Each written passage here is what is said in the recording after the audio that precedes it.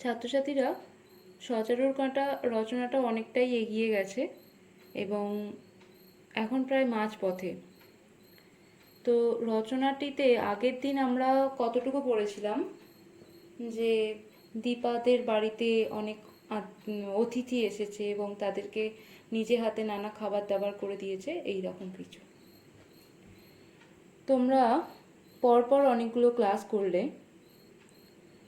তো তোমাদের তো 1 নম্বরের কোয়েশ্চেন, 5 নম্বরের কোয়েশ্চেন এবং 10 নম্বরের কোয়েশ্চেন পড়বে।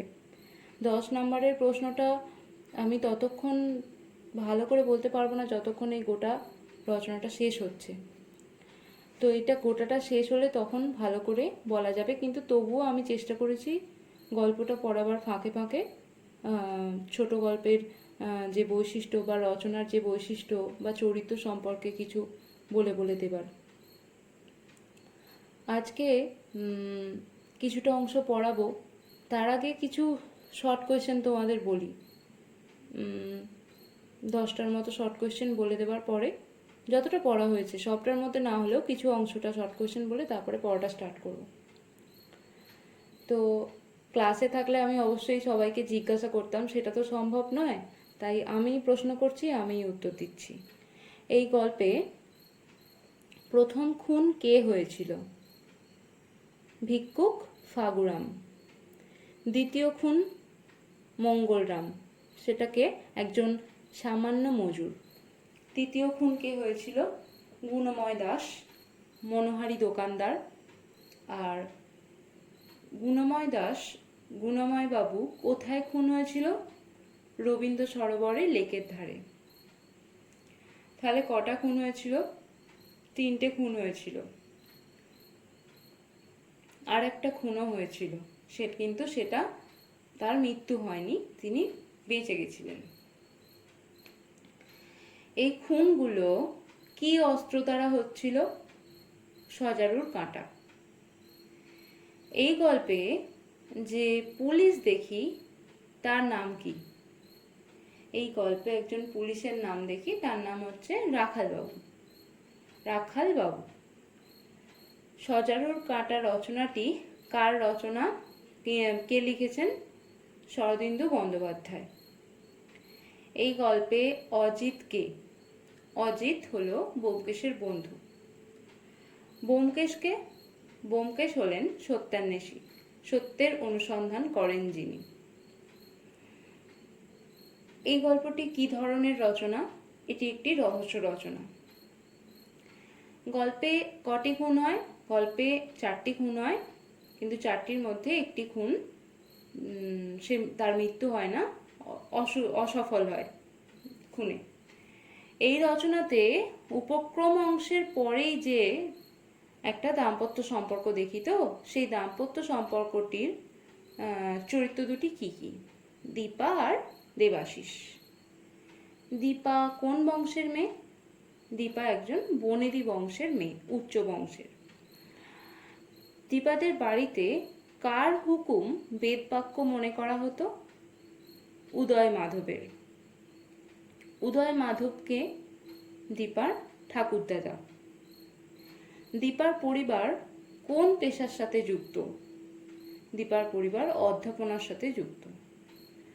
বিজয় মাধবকে? বিজয় মাধব দীপার ভাই। বিজয় মাধব কাকে দীপার জন্য ছেলে দেখতে বলেছিল? নৃপতি লাহাকে। নৃপতি লাহাকে না, বিজয় মাধবের বন্ধু। তাহলে আজকে এই কটা শর্ট কোয়েশ্চেন বললাম, পরে আবারও শেষ হলে আবারও বলবো। আজকে তোমাদের কিছুটা অংশ পড়াবো, সেটা হচ্ছে আগের দিন যেখানে শেষ হয়েছিল তারপরে আছে যে প্রত্যেক মানুষের দুটো চরিত্র থাকে। একটা হচ্ছে তার দিনের বেলার চরিত্র, আর অন্যটা হচ্ছে রাত্রির, যেটাকে বলছে লেখক বেড়ালের চোখের মতো। দিনে একরকম, রাত্রে অন্যরকম। সেই রকমই এই যে অনেকগুলো চরিত্র এখানে দেখলাম, প্রত্যেক দিন একটা একটা করে চরিত্র বেরোচ্ছে, এই সমস্ত চরিত্রগুলো মানে আমরা তো দেখছি দিনের বেলা সে কিরকম ভদ্র মানুষ, ভালো মানুষ, তার আর একটা পিঠ কিরকম সেটা আজকে দেখব। আমি দুটো চরিত্রই তোমাদের বলবো, বেশি বলবো না।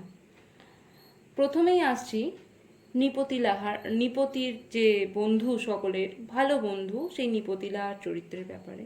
সে কিরকম থাকে। একটা রাত্রির কথা বলে লেখক এখানে বলেছেন। একটি রাত্রির কথা বলে এখানে যে কটা চরিত্র আছে, বন্ধু কিংবা তাদের দীপা, দেবাশিস, এদের সকলের একটা রাত্রি বলে একটু একটু ঘটনা দেখিয়েছেন, শুধু রাত্রির ঘটনাটা। তো নৃপতি নৈশাহার করে নিজের ঘরে আছে, বই পড়ছে, কিন্তু সে কিছুতেই, তারপরে বই পড়তে পড়তে ঘুম এলে ঘুমিয়ে পড়ে, কিন্তু সে কিছুতেই সেই দিনকে ঘুমাতে পারছে না। নৃপতির খাস চাকর দীননাথ তার কাছে এসে দাঁড়িয়েছে। দেখো এখানে একটা শর্ট কোয়েশ্চেন বেরিয়ে গেল। নৃপতির খাস চাকরের নাম কি? দীননাথ। সে দীননাথ পাশের ঘর থেকে তার কাছে এসে জিজ্ঞাসা করলো, বাবু ঘুম আসছে না, আপনাকে একটা ওভালটিন তৈরি করে দেব? নৃপতি একটু ভেবে বলল, না থাক, আমি বেরোবো, তুই শেষ রাতে দোর খুলে রাখিস। অনেকটা রাত্রিবেলা দেখছি নৃপতি একটা ওভাররোব থেকে একটা ধূসর রঙের বিলিতি পোশাক বের করে, পায়ে রবার শোল জুতো পরে, স্টিলের কাভার থেকে একটা চশমার খাপের মতো লম্বাটে পার্স নিয়ে বুক পকেটের ভিতর রাখলো। তারপর 6 ফুট লম্বা আয়নায় নিজের চেহারা একবার দেখে নিয়ে আলো নিভিয়ে দিল। তারপরে বাড়ির পিছন দিকে চাকরদের যাতায়াতের জন্য একটা ঘোরানো লোহার সিঁড়ি আছে, সেই সিঁড়ি দিয়ে নিঃশব্দে নিচে নেমে গেল। নৃপতি তাহলে কোথায় যায়? নৃপতি তো বিপদনী, সে তো বিপদনিক, তার কি কোনো গুপ্ত প্রণয়নী আছে? সে না ঘুম আসলে সে কোথায় যায়, এরকম মাঝে মাঝে বেরিয়ে যায় কেন? তো এটা একটা আমাদের মনে খটকা লাগতে পারে। তারপরে আর একটা রাত্রির কথা বলছি, সেটা অন্য একজন বন্ধু, সেটা হচ্ছে প্রবাল গুপ্ত। প্রবাল গুপ্তর কথা মনে আছে, যে কি করে, গান বাজনা করে, রেডিওতে গান করে এবং সে রেকর্ড করে, একটু বিখ্যাত লোক। তো প্রবাল গুপ্ত সে গোলপার্ক থেকে যে কটা সরু রাস্তা বেরিয়েছে তারই একটা দিয়ে কিছু দূর গেলে একটা পুরনো দোতলা বাড়িতে সে থাকে। সেই বাড়ির একতলার গোটা 3 ঘর নিয়ে প্রবাল গুপ্ত থাকে। পুরনো বাড়ির পুরনো ভাড়াটে, ভাড়াও কম দিতে হয়। আগেই বলেছি প্রবাল গুপ্ত আর্থিকভাবে সেরকম সচ্ছল নয়। তো তার স্ত্রী মারা গেছে এবং একটু অগোছালো, বাসাটি শ্রীহীন হয়ে পড়েছে। তার হারমোনিয়াম, তাল রাখার একটা ছোট যন্ত্র, বায়া তবলা জোড়া এইসব আছে। এইসবগুলো দেখলে, এইসব ছাড়া কিন্তু আর কোনো, সে যে গান করে সঙ্গীত শিল্পী, সেটা বোঝার উপায় নেই, এইগুলো দেখে বোঝা যাবে।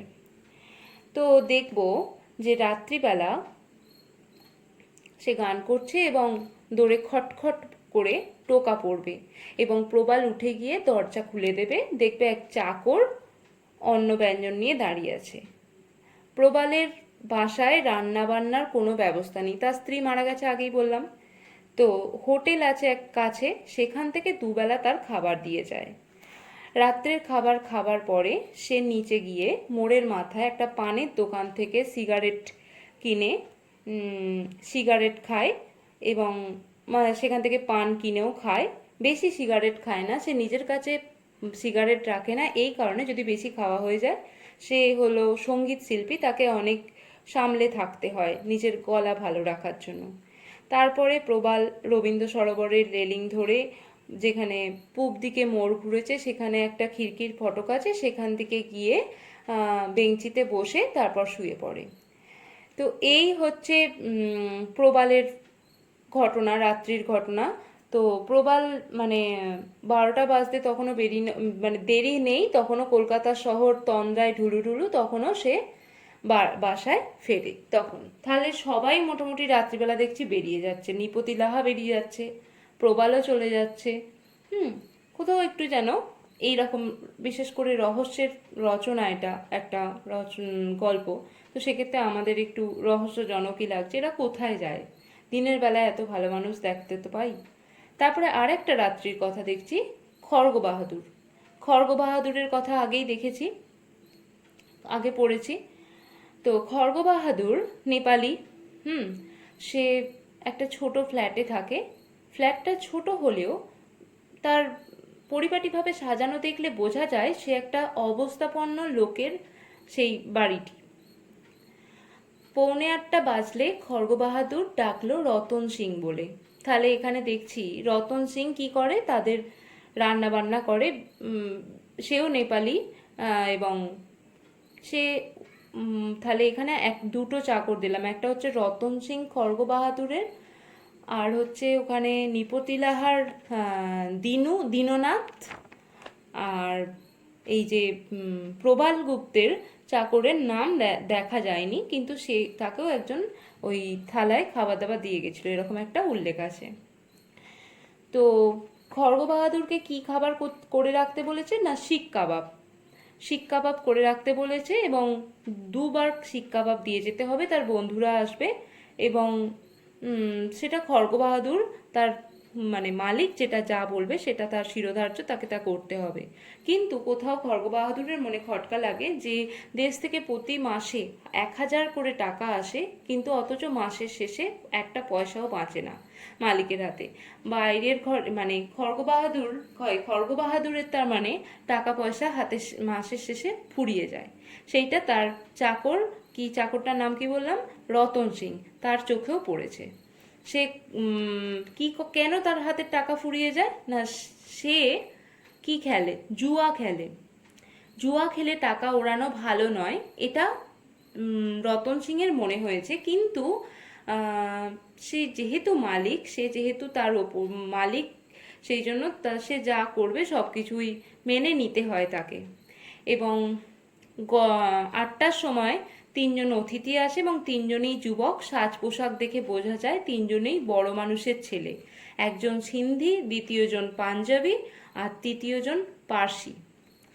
তো রতন সিংকে যা বলা আছে সে ওই শিক কাবাব করে দিয়ে যায়, এবং তারা বেশি কথা না বলে খাবার দাবার খেয়ে নেয়। এবং তাস খেলার নিম্নতম বাজি হচ্ছে 5 টাকা, আর ঊর্ধ্বতম বাজি হচ্ছে 20 টাকা।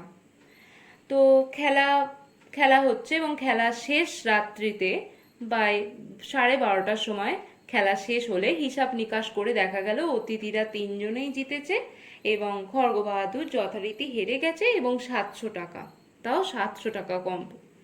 তাহলে তাদের বাড়ি থেকে কত টাকা আসতো, 1000 টাকা, আর হেরে গেল কত, 700 টাকা। তাহলে বোঝাই যাচ্ছে খড়গ বাহাদুর যতই পাকা খেলোয়াড় হোক, 4জনে বলা আছে 4জনই পাকা খেলোয়াড়, কিন্তু তাও হেরে যায়, এবং তার হাতের টাকা শেষ হয়ে যায়। এবং তখন অতিথিরা সহানুভূতি জানিয়ে হাসি মুখে চলে যায়, এবং খড়গ বাহাদুর অন্ধকার মুখে অনেকক্ষণ একলা টেবিলের সামনে বসে থাকে, তারপর উঠে শোবার ঘরে চলে যায়, বেশ পরিবর্তন করে, মানে পোশাক আশাক পরিবর্তন করে। হ্যাঁ, সে রতন সিংহকে বলে যে আমি বেরোচ্ছি, যতক্ষণ না ফিরি ততক্ষণ দোরগোড়ায় দাঁড়িয়ে থাকবে। তো রতন সিং যথারীতি, তার মালিক কিছু বলতে পারে না, চুপ করে থাকে, এবং শেষ রাতে ফিরে আসে, অনেক রাত্রি করে ফিরে আসে। তাহলে আজকে কটা, 3টে চরিত্র পড়লাম, তো এই 3টে চরিত্রের রাত্রের ঘটনাটা পড়লাম। তো 3টে চরিত্রেই দেখলাম একটু যেন অস্বাভাবিক। অস্বাভাবিক এই কারণে বলছি, কোথাও একটু অস্পষ্টতা রয়েছে, যে নিপতি যে এত প্রাণখোলা মানুষ, সবাই সঙ্গে ভাব জমাতে ব্যস্ত, এত ভালো মানুষ, সে রাত্রিবেলা ঘুম আসে না, সে কোথায় যায়, কি করে, সেটা কোনো স্পষ্টভাবে বলা নেই। প্রবাল গুপ্ত, সেও অত রাত্রিবেলা বেরিয়ে যায়, সেই একটা। আর একটা চরিত্র দেখলাম খড়গ বাহাদুর, যে বিয়ে করেনি, তার মধ্যে একটা নেশা আছে তোমার ওই তাস খেলারও শুধু নয়, জুয়া খেলার। তো সে সেখানে অনেক টাকা পয়সা হারিয়ে ফেলে। তো এই তো এইখানেই দেখছি যে লেখক যে বলেছেন যে প্রত্যেক মানুষের দুটো চরিত্র থাকে, একটা তার দিনের বেলার চরিত্র, অন্যটা হচ্ছে রাত্রের বেড়ালের চোখের মতো, দিনে একরকম রাতে অন্যরকম। এইখানে এটা ভালো করে বোঝা যাচ্ছে। এখানে যে কটা আমি তিনটে চরিত্র বললাম, আরও চরিত্র আছে, পরে পরে বলবো। তো সবকটার মধ্যেই দুটো বৈপরীত্য ভাব আমরা লক্ষ্য করছি। সে নৃপতি হোক, প্রবালী হোক, আর খড়গ বাহাদুরী হোক। তো এইগুলো আমাদের যেহেতু এটা রহস্য রচনা, সেহেতু আমাদের এই একটা রহস্যময় করে রাখাটাই হচ্ছে লেখকের উদ্দেশ্য। তাই সব কিছু স্পষ্টভাবে বলে দিচ্ছে না। তো আজকে এইটুকু থাক। তোমাদের অনেকগুলো শর্ট কোয়েশ্চেন বললাম, তোমরা এক কাজ করবে, যতটুকু পড়া হয়েছে রিডিং করে নেবে, নিয়ে নিজেরা শর্ট কোয়েশ্চেন বার করবে। আমি কত শর্ট কোয়েশ্চেন বলবো, আরও হয়তো কিছু বলবো, বার করে নোট করবে। তবে পরীক্ষার সময় আর অসুবিধা হবে না। রচনাটা একটু বড়, গল্পটা একটু বড়, তো সেক্ষেত্রে একটু একটু করে শর্ট কোয়েশ্চেন বার করে ফেললে অনেক সুবিধা হবে। ঠিক আছে, তাহলে আজকে এই পর্যন্তই থাক।